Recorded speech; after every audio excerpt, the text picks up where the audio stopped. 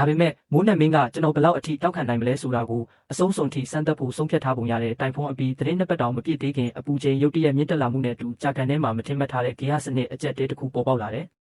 တမနက်မှာတောင်ဘက်ချမ်းကိုလှည့်လည်ကြည့်ရှုနေတော့မူလကစိမ့်လန်းနေတဲ့ကြာရွက်တချို့ရဲ့အနားတက်တွေဝါကျင်ဖြစ်ပြီးလိမ့်နေတာကိုသတိထားမိလိုက်တဲ့လှငယ်လေးနဲ့နီးနီးကက်ကက်သွားကြည့်လိုက်တော့ကျွန်တော်ခေါင်းတွေထုံကျင်သွားတဲ့ကြာရွက်ရဲ့ကြောဘက်မှာမိခိုးရောင်ပြပိုးတွေအုပ်လိုက်ကြီးကက်နေတဲ့ပိုဆိုးတာကကြာပင်ရဲ့အမြင့်ကိုနှုတ်ကြည့်လိုက်တော့အဖြူရောင်အမြင့်စားပိုးတွေကအညွန့်လေးတွေကိုကိုက်စားနေကြတာကိုတွေ့လိုက်ရတယ်။တိုင်ဖုန်းကမိုးရီတင်မကဘူးပတ်ဝန်းကျင်လေကွင်းတွေကပိုးမွားဥတွေကိုပါတဲဆောင်လာခဲ့တာကိုပူပြင်းဆူဆွတ်တဲ့ရာသီဥတုမှာအဲ့ဒီပိုးတွေကပောက်ကွဲမတက်ကိုပွားများလာကြတာ။ရန်လေး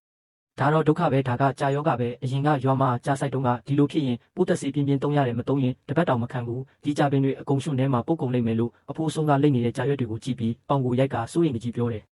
မဖြစ်ဘူးကျွန်တော်ပြက်ပြက်တသားပဲညင်းလိုက်တယ်ဒီသတင်းကကြောက်မှန်ချန်ထားတဲ့ကိုချက်ချင်းရောက်သွားတယ်အဲ့ဒီနေ့ကသူဟာအဝိစားတစ်ကြီးဝက်ခွေးချီခုံလေးချပြီးသူတို့အိမ်ဒုတိယထပ်လာတာဆောင်မှာထိုင်ကဖျဲစစ်စားရင်ကျွန်တော်ဘက်ကိုမှန်ပြောင်းနဲ့လှမ်းကြည့်နေတဲ့တွေးသမျှလူကိုလည်းတက္ကသိုလ်ကျောင်းသားကစာဖတ်လွန်းလို့အယူဖြစ်နေပြီးပိုးသက်စေးတောင်မဝယ်ရက်ဘူးသူ့ရဲ့ဧက130ကန်ကြီးနောက်ဆုံးတော့ပုံနေတဲ့အမြင့်တွေပဲရတော့မှာကိုကြည့်နေလိုက်လို့ရေမောရင်ပြောနေတယ်ကျွန်တော်ဘာမှပြန်မပြောပါဘူးတညလုံးအင်တာနက်ကနေစိုက်ပျိုးရေးဆိုင်ရာစာတမ်းတွေရှာဖတ်ပြီးကျွန်တော်တက်ခဲ့တဲ့တက္ကသိုလ်ကစိုက်ပျိုးရေးပညာရှင်ပါမောက္ခစီဖုန်းဆက်တိုင်ပင်ခဲ့တဲ့နောက်တနေ့မနေ့စောစောမှာသုံးပြီးဆိုင်ကယ်လေးနဲ့မြို့ပေါ်ကိုသွားခဲ့တဲ့ပြန်ယူလာတာကပိုးသက်စေးတွေမဟုတ်ပဲအသက်ရှင်နေတဲ့တရဝါတွေပါတဲ့ဖော်ပုံကြီးနှစ်ပုံပါပဲအဖိုးစိုးနဲ့အန်ဒီဝန်တို့လာကြည့်တော့အကုန်လုံးအံ့ဩသွားကြတယ်တပုံးထဲမှာကအကွက်တွေပါတဲ့လိတ်ခွန်ချိုင်းကောင် Ladybugs တွေအပြည့်ဖြစ်ပြီးနောက်တပုံးထဲမှာတော့တွက်လက်နေတဲ့ငရှင် watch တားပေါက်လေးတောင်းနဲ့ချီပါလာတယ်အဖိုးစိုးအန်ဒီဝန်ဒီနေ့ကျွန်တော်တို့စေးမဖြန်းဘူးတက်သားတွေစေလွတ်မယ်ကျွန်တော်လူတွေကိုညွှန်ကြားပြီးလိတ်ခွန်ချိုင်းကောင်တွေကိုပိုးကြဆုံးကြာရက်တွေစီအုပ်စုခွဲပြီးလွတ်ပေးလိုက်တဲ့တစ်ချိန်တည်းမှာပဲငရှင်လေးတွေကိုရေတိမ်ပိုင်းတွေစီအညီများထည့်ပေးလိုက်တဲ့လိတ်ခွန်ချိုင်းကောင်တွေကပြပိုးတွေရဲ့တဘာဝရန်သူဖြစ်တဲ့သူတို့ဟာကြာရက်တွေကြားမှာလင်းမြန်စွာပြန့်နှံ့သွားပြီးတစ်ဖက်သက်အစုလိုက်ပြုံလိုက်တက်ဖြတ်စားတောက်ခြင်းကိုစတင်ပါတော့တဲ့ငရှင်တွေကတော့ရွှွန့်ထဲမှာနေထိုင်ပြီးအစုံစားတဲ့ငါးမျိုးဖြစ်လို့ရွှွန့်ထဲမှာတွင်းတူးပြီးအစာရှာရတာကိုနှစ်သက်တဲ့ကြာမြင့်နားမှာပုံနေတဲ့အမြင့်စားပိုးတွေဟာငရှင်တွေအတွက်တော့အကောင်းဆုံးတဘာဝအစာတွေဖြစ်သွားတယ်ဒီစီဝထိန်ချုံမှုကိုပုံမူထိရောက်စေဖို့မယုတ်သီးနဲ့စက်တုံဖြူကိုပြုတ်ပြီးအရေးဖြောကယောဂမကူဆက်သေးတဲ့နေရာတွေကိုအစိတ်ကင်းတဲ့တဘာဝအနှံ့တက်နဲ့ပိုးမွားကောက်ွယ်ရေးဝေဖလဖြစ်ထမ်းပေးလိုက်တယ်။9ရက်ဆက်တိုက်ကြောက်မှန်ချန်တယောက်ကန်ထဲကကြာပင်တွေအစုလိုက်ပြုံလိုက်တေကုံမဲ့ဇလန်းကိုစောင့်ကြည့်နေခဲ့တယ်။ဒါပေမဲ့လက်တွေကတော့သူ့မျက်နှာကိုဖျက်ရိုက်လိုက်တဲ့ပါကြီးတစ်ချက်လိုပါပဲ။စက်ထမမြောင်းနေမှာတော့လိမ့်နေတဲ့ကြာရွက်တွေဆက်မပြန့်သွားတဲ့အပြင်အံ့ဩစရာကောင်းလောက်အောင်ပြန်လည်လန်းဆန်းလာကြတယ်။လိတ်ခွန်ချိုင်းကောင်တွေဝါဖြိုးလာပြီးကြာရွက်တွေကြားမှာပြန်တန်းနေကြတယ်။ငရှင်တွေရွှွန့်ထဲမှာတွင်းတူးတာကြောင့်အောက်ခြေကရွှွန့်တွေပွာလာပြီးကြာမြစ်တွေအောက်ဆီဂျင်ပိုရလာကတိုင်ဖုံးမလာခင်ကထက်တောင်ပိုပြီးရှင်တန်ကြီးထွားလာတဲ့ဘဲတွေကလည်းရေပေါ်တက်လာတဲ့ငရှင်တချို့ကိုဖန်ဆာပြီးတရေကျနေကြတဲ့ကြာကန်ရဲ့ဂေဟစနစ်ဟာပြိုလဲမသွားတဲ့အပြင်ပုံမူပြီးပြည့်စုံတဲ့တန်တရားလဲမှုစနစ်တစ်ခုဖြစ်သွားခဲ့တယ်။အဲ့ဒီနေ့ညနေဆောင်မှာတစ်ဖက်ကန်းကလာတာဆောင်ပေါ်မှာဒေါသထွက်ပြီးမျက်နှာတစ်စလုံးကိုကိုက်ပေါက်နေတဲ့ကြောက်မှန်ချန်ရဲ့ကြောပြင်ကိုကြည်ရင်စည်ရင်စာအုပ်ကိုဖွင့်ကထည့်ရေးမှတ်လိုက်တယ်။ဇီဝပိုးမွားထိန်ချုံမှုအသုံးစရိတ်200 ယွမ်ရရှိလိုက်သောအရာအလွန်ခိုင်မာသောတဘာဝဂေဟစနစ်ရောနှောမွေးမြူခြင်းစနစ်နဲ့အနာဂတ်တွင်ဈေးကောင်းရနိုင်မည့်ငရှင်ထွက်ကုန်များမိုးခေါင်ရေရှားခြင်းနဲ့အကြက်ကန်ခံရခြင်းစည်ရင်စာအုပ်ကိုပိတ်ပြီးပြင်းပေါက်နားလျှောက်သွားကတောက်ပနေတဲ့ရေပြင်ပေါ်မှာနေအောင်ကြီးတွေပြန်လဲကျရောက်နေတာကိုကျွန်တော်ကြည့်နေမိတယ်ဒါပေမဲ့ဒီအေးချမ်းမှုကတိတ်မကြလိုက်ပါဘူးမိုးနက်မင်းကကျွန်တော်ရဲ့ဒီက130ကြာကန်ကြုံတွေ့ရတဲ့လှိုင်းတဘိုးတွေမလုံလောက်သေးဘူးလို့ထင်နေပုံရတယ်။ဩဂုတ်လနှောင်းပိုင်းဆိုတာတောင်ပိုင်းဒေသမှာမိုးရေပေါ်များရမယ့်အချိန်ပါဒါပေမဲ့ဒီနှစ်မှာတော့ထူးထူးခြားခြားပဲရက်ပေါင်း20ကျော်ကြာတဲ့နှွေးနှောင်းပိုင်းအပူလိုင်းကိုရင်ဆိုင်လိုက်ရတဲ့နေတိုင်းပြင်းထန်တဲ့နေမင်းကြီးကခေါင်းပေါ်မှာမိဖို့ကြီးတစ်ခုလိုဆွဲချိတ်ထားသလိုပဲလေတူးကတောင်ပူလုံးလို့တွတ်လိမ့်နေသလားထင်ရတယ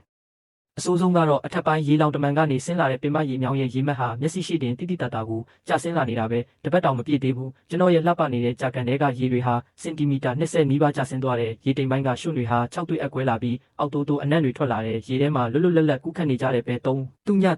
ကျော်ဟာလည်းအခုဆိုပူလုံးလို့ကိုင်းတော်တွေရဲ့အရေးအောက်မှာပုံပြီးပါဇက်ဟာကအသက်ရှူနေရတဲ့ကျွန်တော်ကျွေးတဲ့ပရိုတင်းမြင့်အစာတွေကိုတောင်စိတ်မဝင်စားကြတော့ဘူ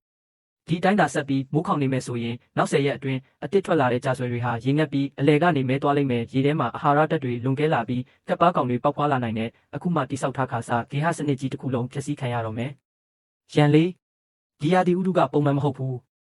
အဖိုးဆုံးကကောက်ရိုးဥထုတ်ကိုစောင်းကအကွဲနေတဲ့ကံပေါင်ပေါ်မှာစောင်းကြောင်ထိုင်ရင်စစ်လိတ်ကိုဖွာကပြောတယ်သူ့မျက်မှောင်တွေကကျိုးတစ်ချောင်းလိုတွတ်လိမ့်နေတဲ့ရွာအနောက်ပိုင်းကလေဖိုးကြီးရဲ့စပားခင်းတွေဆိုတဝက်လောက်6တေကုန်ပြီးပင်မရေမြောင်းကအခုတရက်ကို2နာရီပဲရေလွတ်တော်တယ်အဲ့ဒါကလည်းငါတို့စီရောက်မလာဘူးအထက်ပိုင်းကရွာတွေကအကုန်ဖြတ်ယူထားကြပြီအပူချိန်39ဒီဂရီအထိတက်နေတဲ့တာမိုမီတာအနီရောင်မြင်းလေးကိုကြည့်ရင်ကျွန်တော်စိတ်လေးလန့်စွာနဲ့ခေါင်းညှိလိုက်တဲ့မြို့နယ်ရေပေးဝေးရေးစခန်းကိုဆက်သွယ်ကြည့်တော့လေတမြို့နယ်လုံးမိုးခေါင်ရေရှားတံကိုခံနေရလို့စိုက်ပျိုးရေးသုံးရေကိုတင်းတင်းကြပ်ကြပ်ခွဲတန်းနဲ့ပေးနေရတဲ့ကျွန်တော်ရဲ့ဧက130ကြာကန်ကတိတ်ကြီးလုံးလို့သူတို့မကူညီနိုင်ဘူးကိုနီးကိုဟန်နဲ့ပဲဖြည့်ရှင်းပါလို့အကြောင်းပြန်တယ် ကျွန်တော်ကောင်းပြီးတောက်နေချိန်မှာပဲကြောက်မှန်ချန်ကရှာရှာပါပါတချင်းလေးညင်ရင်ဘိုက်ရွှဲရွှဲနဲ့တာရည်အိတ်ညက်ထားတဲ့လူလက်ပိုင်းတစ်ယောက်ကိုခေါ်ပြီးကျွန်တော်ကြာကန်ဘေးကိုရောက်လာတယ်အမေလေး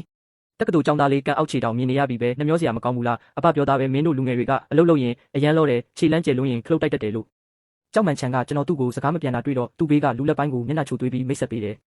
ဒါကမြို့နယ်ထဲမှာနာမည်ကြီးတဲ့တထေးချန်လေးလေယာထွက်ကုန်တွေကိုအဓိကဝယ်ယူဖြန့်ဖြူးနေတာတထေးချန်ကတိတ်တဘောကောင်းတာငါတို့ရွာမှာမိုးခေါင်နေတယ်ဆိုတာကြားလို့အထူးတလဲလာကူညီတာတထေးချန်ဆိုတဲ့လူကသူ့နှာခေါင်းပေါ်ကရွှေရောင်ကိုင်းမျက်မှန်ကိုပင့်တင်လိုက်ပြီးကျွန်တော်ကိုအထက်အောက်ကြည့်ကပြောတယ်တထေးချန်ဆိုပါလားလူငယ်လေးအရေးချင်းရှိတာပဲဒါပေမဲ့စိုက်ပျိုးရေးဆိုတာစာအုပ်ကြီးဖတ်နေုံနဲ့စားပေါက်တဲ့တာမဟုတ်ဘူးအခုအချိန်ခါနဲ့နေရာဒေသကမင်းဘက်မှာမရှိဘူးလေမင်းရဲ့ကန်ကရေခမ်းတော့မယ်လို့ကြားတယ်သူတို့ဘာလာလို့တလဲဆိုတာကိုကျွန်တော်ရိပ်မိလိုက်လို့တီတီငိမ့်ငိမ့်ပဲမေးလိုက်တယ်တထေးချန်ပါများလမ်းညွှန်ခြင်းလို့လေဗျ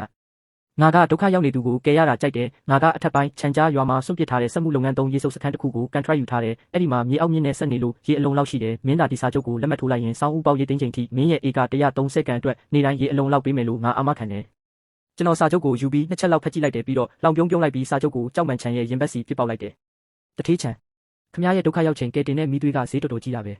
စောင်းဦးမှာတူးမဲ့ကြဆွဲကပေါက်ဈေးအနည်းဆုံးတစ်ချက်ခွဲ3.5ရွမ်ရှိတယ်ခမစာချုပ်မှာကတစ်ချက်ပြား20 1.2ရွမ်နဲ့ပြီးတော့အချင်းဖောက်ထားတဲ့အစာတွေနဲ့ကျွေးထားတဲ့ဒီအရေးသွေးမြင့်အသားစားပဲ3တူညာကိုရိုးရိုးယောဂါရနေတဲ့ဘဲပေါက်ဈေးအကောင်30ရွမ်နဲ့အတင်းကျပ်သိမ့်မယ်ပေါ့ဒါကကူညီတာမှမဟုတ်တာမီးလောင်ရလေးပင့်ပြီးတပြားတိုက်နေတာပဲကြောက်မှန်ချန်ကဒါကိုကြားတော့ချက်ချင်းခုံဆော့ဖြစ်ပြီးអော်တယ်ရှန်ရန်မင်းအကောင်ဆိုနားမလဲဘူးလားအခုတထေးချန်ကလွယ်ရင်ဘသူကမင်းကိုရေးပေးနိုင်မှလဲနောက်တစ်ပတ်ဆိုရင်မင်းရဲ့ကန်ထဲကကြားတွေအကုန်ရှုံးဖြစ်သွားလိမ့်မယ်ဘဲတွေလည်းအကုန်ရင်ငက်တည်လိမ့်မယ်အဲ့ဒီအချိန်ကျရင်မင်းကရောက်မရစေလို့တောင်းပန်အောင်ပြား90မှတန်းတော့မှမဟုတ်ဘူးတထေးချန်ကကြောက်မှန်ချန်ရဲ့အော်ဟစ်နေတာကိုတားလိုက်ပြီးစာချုပ်ကိုအေးအေးဆေးဆေးပဲအိတ်ထဲပြန်ထည့်လိုက်တယ်လူငယ်လေးမာနရှိတာကောင်းပါတယ်ဒါပေမဲ့လက်တွေ့ဘဝမှာမာနကရွှေငွေတွေနဲ့လဲလို့မရဘူးမင်းကိုစဉ်းစားဖို့3ရက်အချိန်ပေးမယ်3ရက်ကြာလို့မင်းကကိုလာတောင်းပန်ရင်တော့ဒီဈေးထက်20%ထပ်လျှော့ပေးရလိမ့်မယ်ပြောပြီးတာနဲ့သူကကြောက်မှန်ချန်ကိုခေါ်ပြီးကြီးကျယ်ခမ်းနားစွာနဲ့ထွက်သွားပါတော့တယ်